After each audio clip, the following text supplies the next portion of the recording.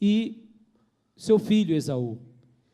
Isaac estava para morrer, precisava abençoar e passar então a promessa para aquele filho. E ali começa a história. Rebeca ouve aquele diálogo, porque ele disse assim: Isaac, filho, vá, pegue uma caça do campo como você gosta de fazer, porque a Bíblia diz que Isaac era caçador, e me faça um grande cozido, e depois você venha, eu vou comer, e depois de farto, vou te abençoar.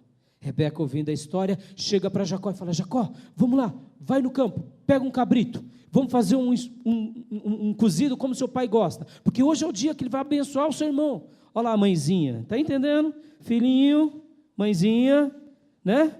Está entendendo que muitas coisas não é à toa na nossa vida? A gente sempre tem um referencial. Não estou dizendo aqui, irmão, que seu filho não pode ser meu Jacozinho, de repente ser um Isaac. Há exceções da regra, mas geralmente, se o pai ou a mãe já contribui, o pastor Robert Ley disse assim, que os nossos filhos copiam os nossos defeitos e melhoram eles. Está com medo, né, pai? Está com medo, né, mãe? Mas pode prestar atenção. Se o pai é ranzinza, se a mãe é briguenta, a criancinha já fica ranzinzinha e briguentinha, melhor. Ela copia o defeito e melhora. Aí você tem que orar pedindo a misericórdia de Deus, amém? Mas então Rebeca, irmãos, ela não era uma pessoa muito piedosa, porque se de fato fosse, sentaria com o pai e falaria para o pai: olha, pai, a bênção é para Jacó, não é para Esaú. A bênção é de Jacó. Se você abençoar Esaú, você vai se ver com Deus, porque é profecia de Deus. Deus disse que ele aborreceria a Esaú e abençoaria Jacó. Pode fazer o que você quiser. Uma mulher sábia agiria assim, mas não. E ele vai, então, pega, faz o prato, chega para o pai e fala: pai, estou aqui. Só que antes disso ele falou: mãe, mas como eu vou lá levar comida para o meu pai, sendo que eu sou liso, e meu irmão Esaú é peludo? Ela pegou uma roupa de animal, pôs sobre ele uma roupa que era de Esaú, e falou: você disse que é, filho, vai lá, filho. E deu toda a direção, e ele chegou: pai, cheguei com a caça. Mas já? Chegou com a caça? Aí ele ainda responde: Deus preparou, pai. Olha, picareta, usa o nome de Deus, sem vergonha. Irmãos, a história de Jacó é a história do maior canalha do Velho Testamento. Não tem outro igual, e creio até do Novo Testamento. Me mostra outro, me lembra outro, que vai além, compra o direito de primogenitura do irmão, que é uma herança, por um prato de lentilha, e depois engana o pai, em nome de Deus.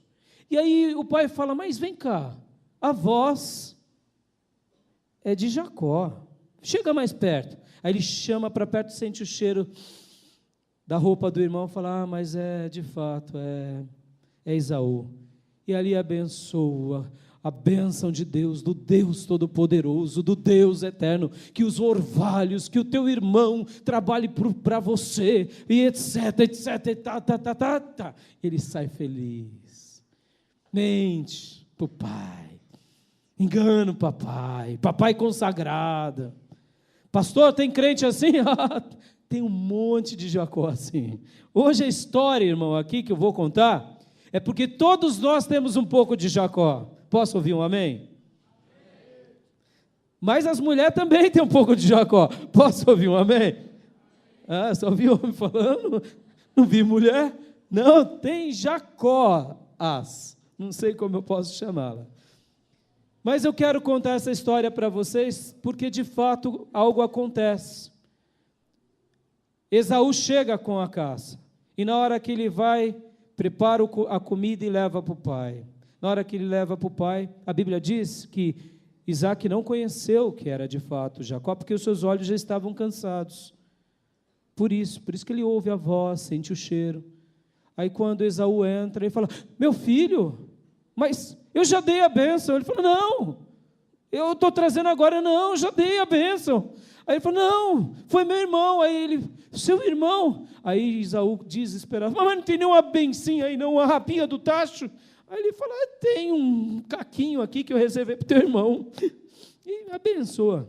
A Bíblia fala que Esaú ficou tão indignado, mas tão indignado que queria a morte dele. Rebeca, olha lá a Rebeca na história. Rebeca, sabendo disso, porque como Isaac já estava velho, falou assim: quando o papai morrer, eu mato meu irmão. Ela ficou sabendo disso, chegou para Isaac e falou assim: olha, bem, Esaú casou com umas moças aqui que eu não gosto muito, não. E Jacó é solteirão, vou mandar ele lá para a casa dos meus parentes para casar com alguém, né? Tá? Aí, como toda mulher tem uma lábia que todo homem cai, amém, irmãos? Eu não é?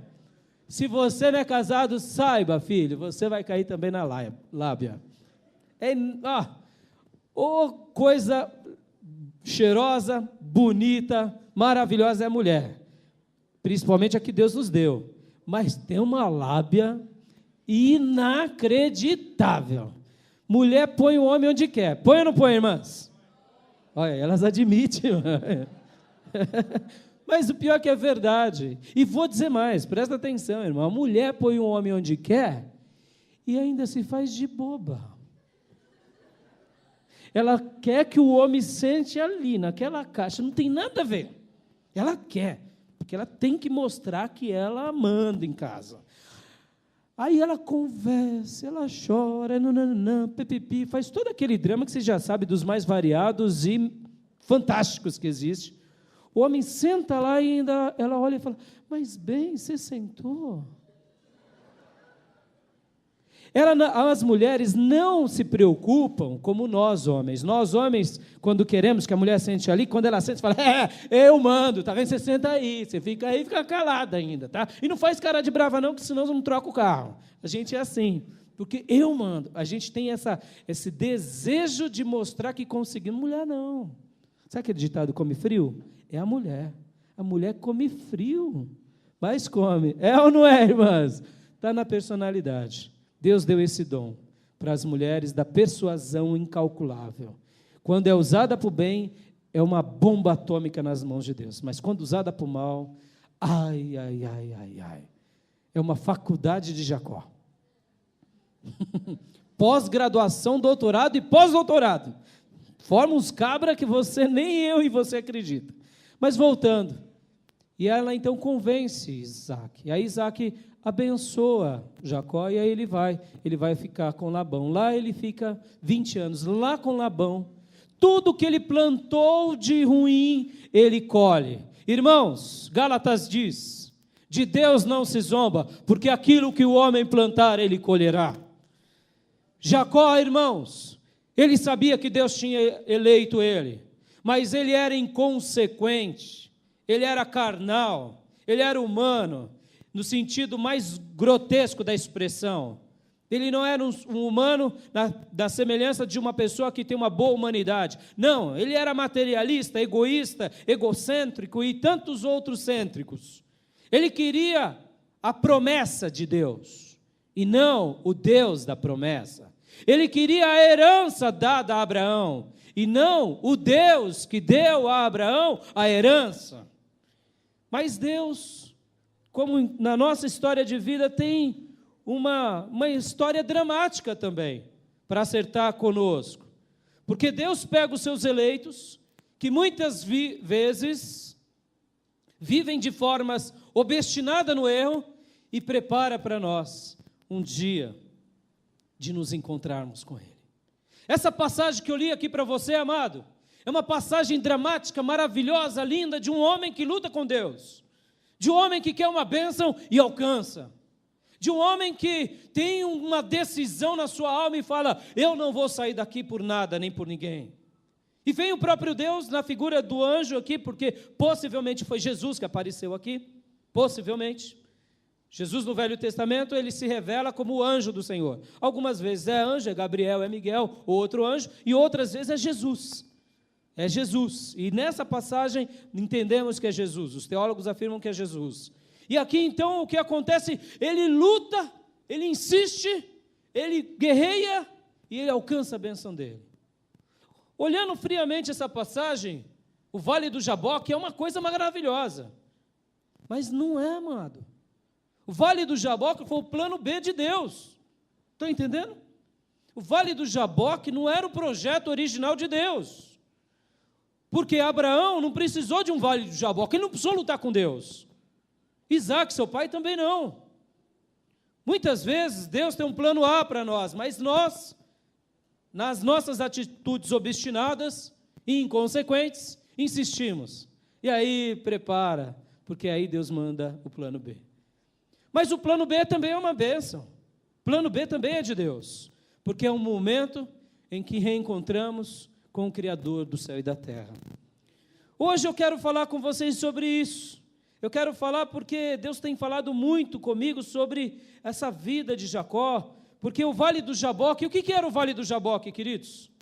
Porque hoje, de uma forma bem especial, nesse aniversário de 8 anos, eu quero crer que essa igreja vai formar muitos outros pastores, muitos outros obreiros, abrir muitas outras igrejas, porque vocês foram levantados pelo Senhor ressurreto.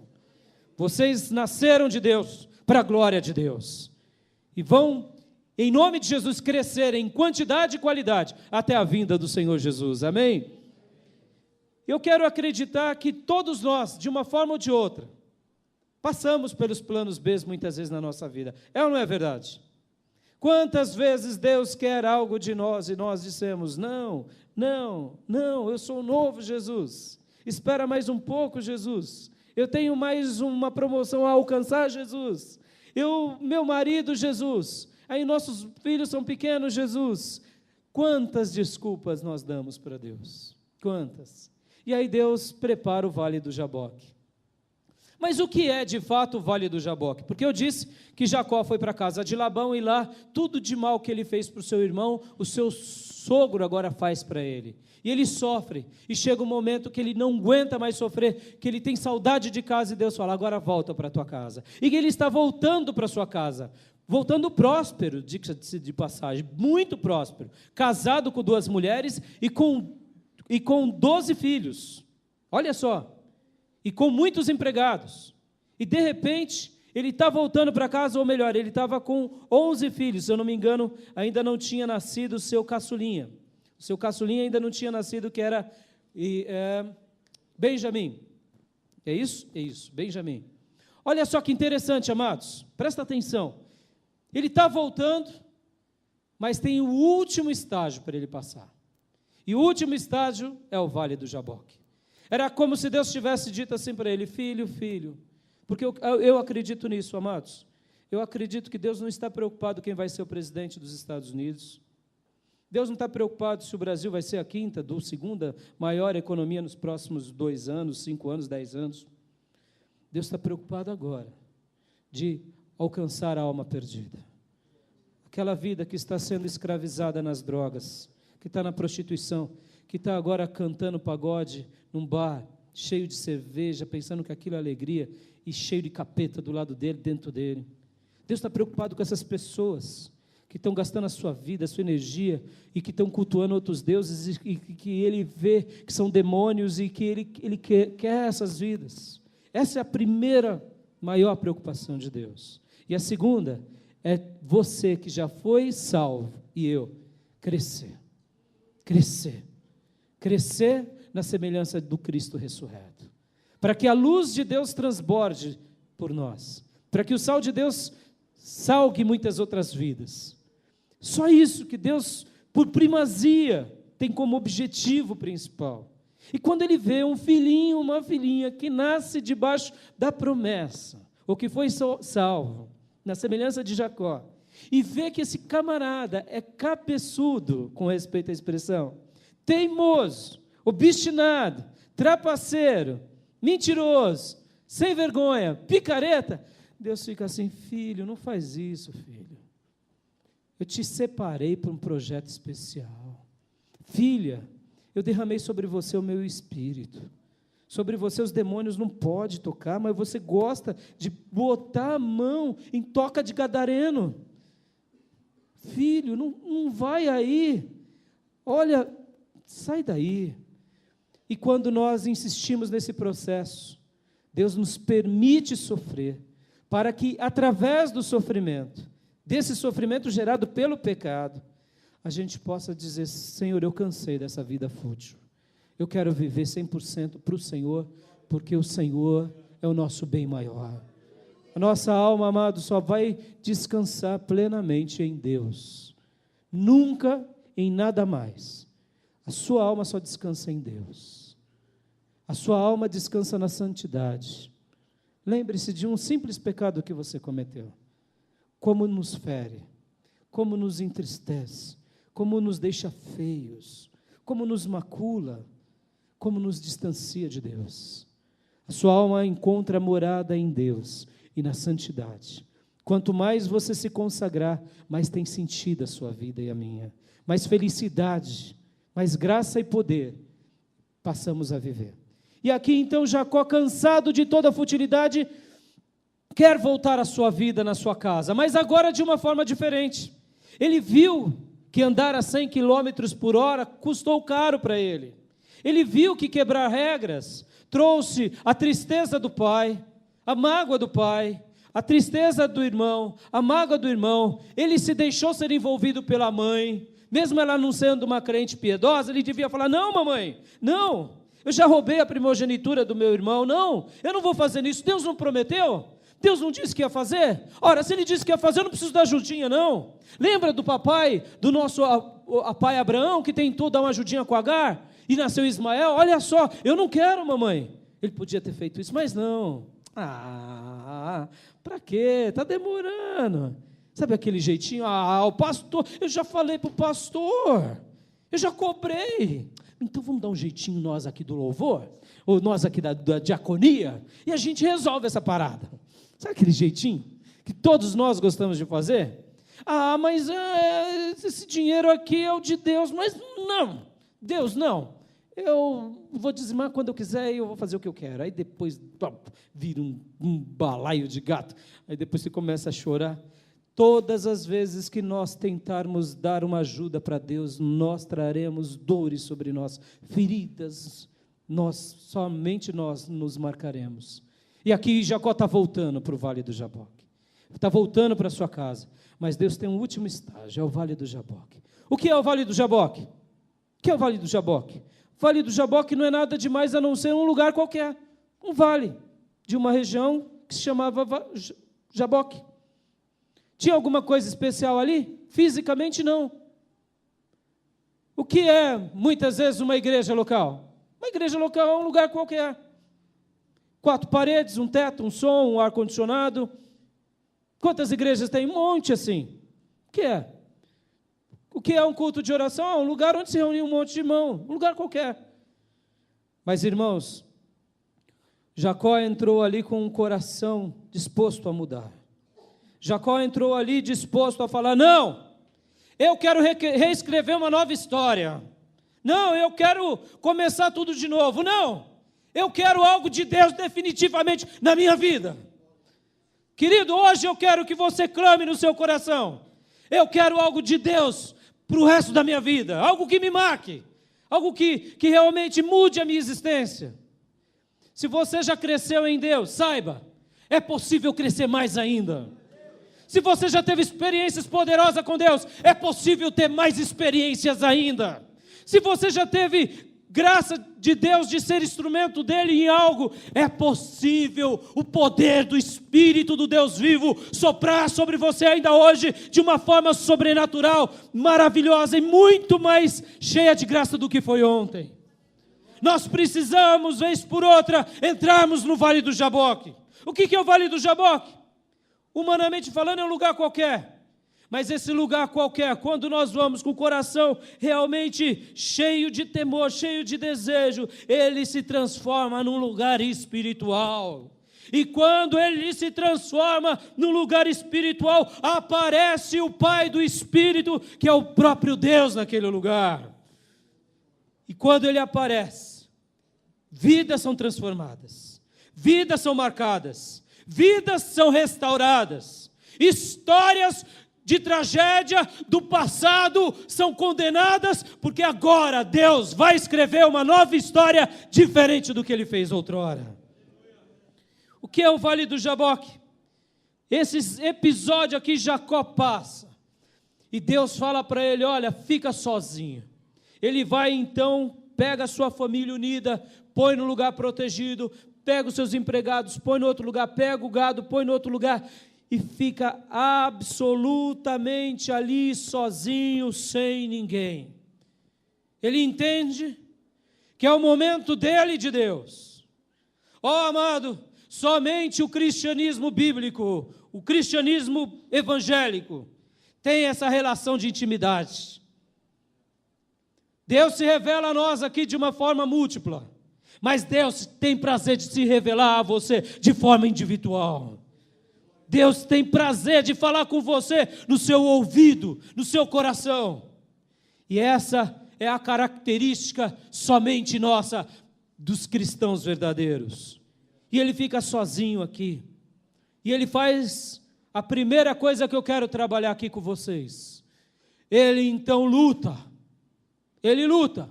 O texto não é muito claro, porque enquanto ele estava lá com o seu sogro, Deus fala para ele, vai para Betel. O texto não é muito claro. E aqui também ele simplesmente fica só no Vale do Jaboque. Entendemos que nas entrelinhas Deus deve ter dito, você vai, porque quando você chegar lá num determinado lugar, eu quero falar com você sozinho. Não quero mulher, filhos, ninguém do seu lado. Porque no capítulo anterior, 32, acontece algo singular. Ele está voltando para a casa dos seus pais, o seu irmãozinho, lembra aquele irmãozinho? Lembra? Aquele irmãozinho de 20 anos atrás? Fica sabendo que Jacó está voltando para casa, casinha do papai. Ele foi para lá com 40 anos, ficou 20 anos, ele tinha aqui uns 60 e poucos anos, Jacó. Irmãozinho, 20 anos sem te ver. Só que Esaú vai montado num cavalo junto com outros 400 soldados. Jacó, quando fica sabendo disso, diz, epa, deu zebra. Irmãozinho não está vindo com cortejo de festa. Irmãozinho está vindo para me degolar. E aqui então, olha só, sofrimentos de culpa, sofrimentos de mazelas, e agora tendo que voltar para casa ainda e ser confrontado com o irmão, cheio de ódio, cheio de rancor, e ele então teme, irmãos, ele teme.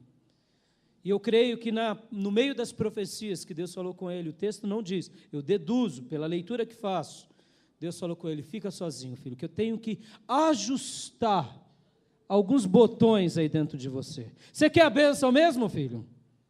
Igreja, você quer a bênção de Deus na sua vida? Irmãos, olha, presta atenção, enquanto você não cumprir com tudo que Deus tem para você, você não é recolhido. Você crê nisso? Pode vir bandido, pode vir ladrão, pode vir político, pode vir o capeta, mas a obra que Deus tem reservada para você, você vai realizar em nome de Jesus. Nossos dias estão escritos no livro de Deus, todos eles contados. O que o rei Davi fez, ele fez do começo ao fim. O que o apóstolo Paulo fez, ele fez do começo ao fim. Filho, muitas vezes o problema não é que Deus não quer fazer, é que nós estamos vivendo como Jacó. E o Espírito Santo de Deus não habita nos Jacó. Jacó é o exemplo claro e categórico do crente religioso. Se eu chegasse aqui e entrevistasse Jacó e Esaú, falasse, Esaú, você sabe o que é primogenitura? Ele fala, não me importo com esse negócio não, o meu negócio é arco e flecha, é ver ali uma caça no mato. E você, Jacó, o que é primogenitura? Primogenitura, ele ia lá, pegava o léxico hebraico, primogenitura vem porque é o primeiro, mas é um primeiro especial, porque é uma promessa de Abraão. Aliás, Abraão é o pai da fé, e aí começaria a falar, pelo qual eu sou parente. E aí? Teorias, palavras, mas era um Jacó. O Espírito Santo de Deus não habita em Jacó. O Espírito Santo de Deus habita em quem vive em santidade. Ele estava disposto a mudar, mas Deus queria trabalhar ali nas entrelinhas da alma dele. Deus queria mudar os defeitinhos, Deus queria escrever a história. E ele falou, olha, eu preciso de ter um encontro com você. Jacó, olha, eu vou revelar você sozinho no Vale do Jaboque. Fica só. E depois vai aparecer alguém, um anjo. A sua bênção só vai vir se você agarrar e não deixar ele ir embora. Se você segurar. E aí ele faz então a lição de casa. Vai para o vale, fica sozinho e vem o anjo. O que acontece nesse episódio, amados? O que o anjo faz com ele? O anjo fere ele. Mas em que momento que o anjo feriu ele? Quando? Você já parou para pensar nesse detalhe?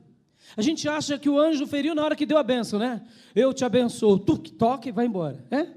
Não, amado. Não foi não. Presta atenção no texto, olha lá. Versículo 23. Depois de havê-los feito atravessar o ribeiro, fez também passar tudo o que possuía. 24. E Jacó ficou sozinho. Então veio um homem que se pôs a lutar com ele, até o amanhecer. Quando o homem viu que não podia dominá-lo, tocou na articulação da coxa de Jacó, de forma que lhe deslocou a coxa enquanto lutavam. Começa uma luta, período da noite, longo. Já teve dor de dente à noite? E diarreia? Oh, coisa boa. Noite de príncipe e princesa sentada no trono. Oh, coisa horrorosa. Uma dorzinha qualquer. A noite é longa ou é curta? Meu Deus, não passa. Você liga a TV, ouve louvor, lê livro e dói, ai, e ora, aquela oração, ai, Jesus, não é horroroso? Se põe nessa luta aqui, como você acha que foi? Irmãos, sabe essas lutas aí que tem tido agora, esses ringues novos aí, como que é o nome? UFC? Imagina o Jacó, aqui é o primeiro jiu-jitsu da história, gente, agarrou o anjo, deu uma chave nele, não deixou soltar. Se os Grace ficar sabendo disso, muda o nome. Luta de Jacó. Foi isso. E o que acontece nesse inteirinho aqui, irmão?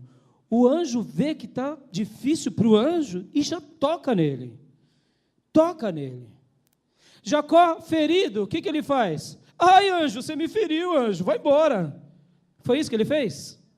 O que o Jacó fez?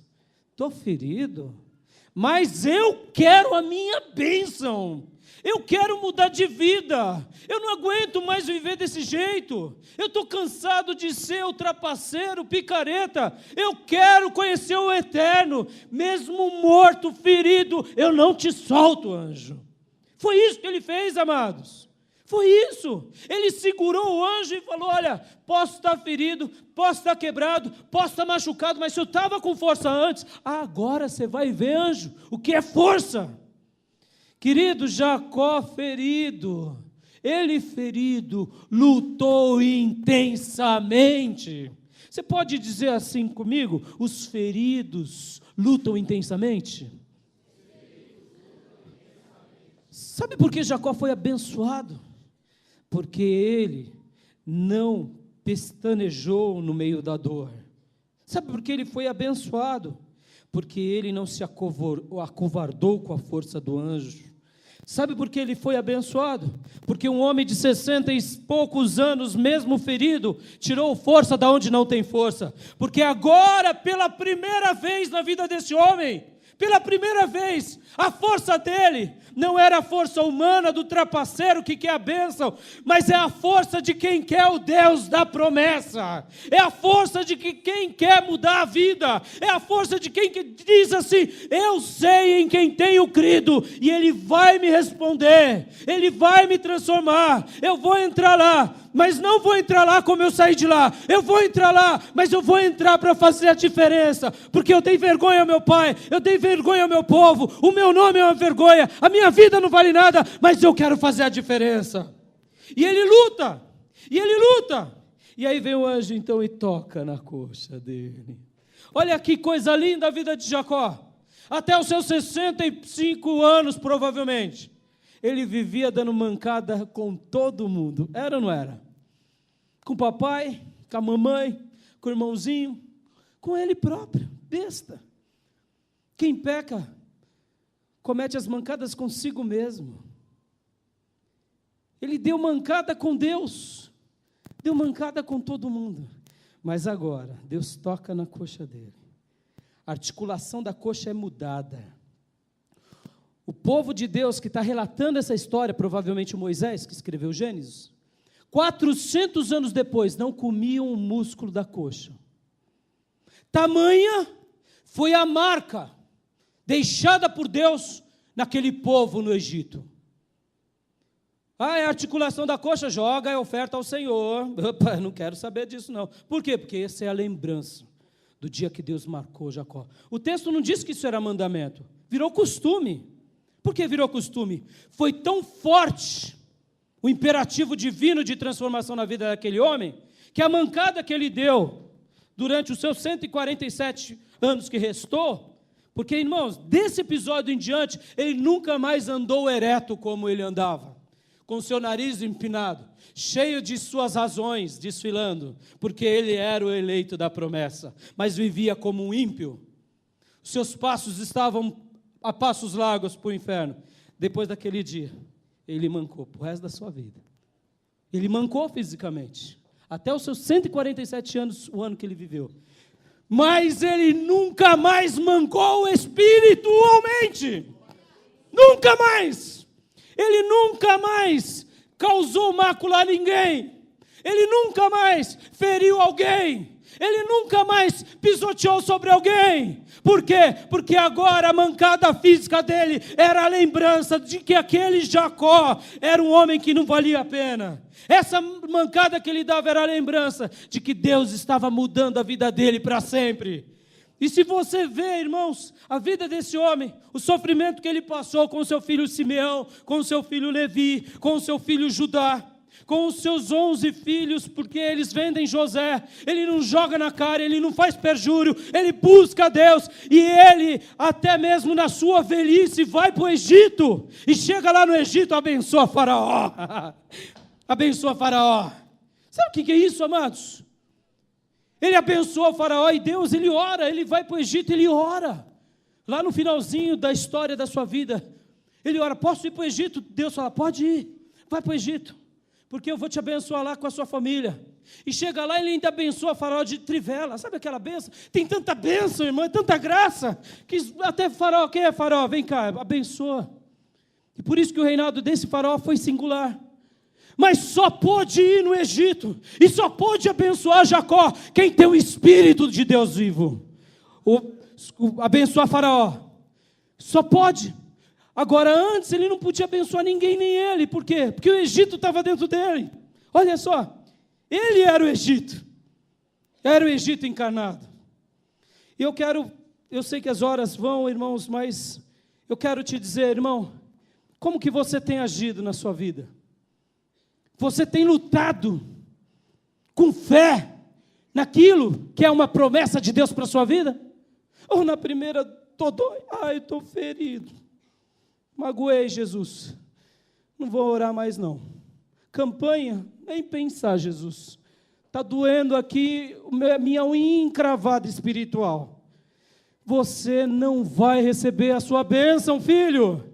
Recebe essa palavra da parte de Deus. Porque hoje o Espírito de Deus te dá a intrepidez da luta de Jacó, para que você lute no vale do Jaboque e receba a sua bênção. Eu quero falar no meu segundo ponto, sobre essa questão, porque ele foi ferido, e ele teve uma perseverança extrema, ele não desistiu, ele sabia o Deus que tinha separado ele. O segundo lugar, para eu encerrar, eu quero falar sobre feridas. Feridas que nos atingem na vida. Você já foi ferido alguma vez? Alguma vez você já foi aviltado? Eu separei uma revista aqui, hoje é dia de ordenação, isso vale para você, igreja, porque a igreja vai crescendo, Deus vai levantando obreiros, pastores feridos, uma revista do cristianismo hoje. Porque cada vez mais líderes estão abandonando o ministério. Irmãos, a quantidade de pastores que mensalmente abandonam o ministério é algo escandaloso, horroroso. E aí, eu tenho essa reportagem, tem uma outra também, uma reportagem de uma pesquisa americana, do cristianismo hoje, que fala sobre a quantidade imensa de problemas de relacionamento e demissões pastorais.